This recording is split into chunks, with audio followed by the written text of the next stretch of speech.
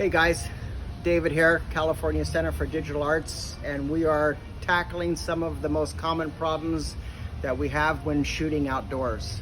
So as you can see, bright sun today. I'm deciding to put the sun behind my model because I like using the sun as this backlight, this hair light. But as you can see, her face goes into deep shadow and it's very, very flat lighting. So what I'm gonna do is, and I already took a before shot so I can show you that in a second, but I'm gonna add this second light to her. And as you can see, it's gonna bring this light in, and I'm gonna light the back side of her face so that I can still get that nice short lighting, that studio style lighting outdoors here.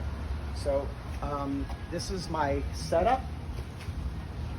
The light here coming in on the back side, which creates this nice shadow in here. You can see how we're starting to conform her face, and we're getting these great highlights.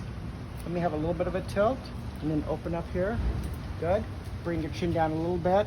I love this shot right here. You can see how this part goes in the shadow. I'm actually going to shoot from this direction into the shadow. Okay, and then let me show you the shot.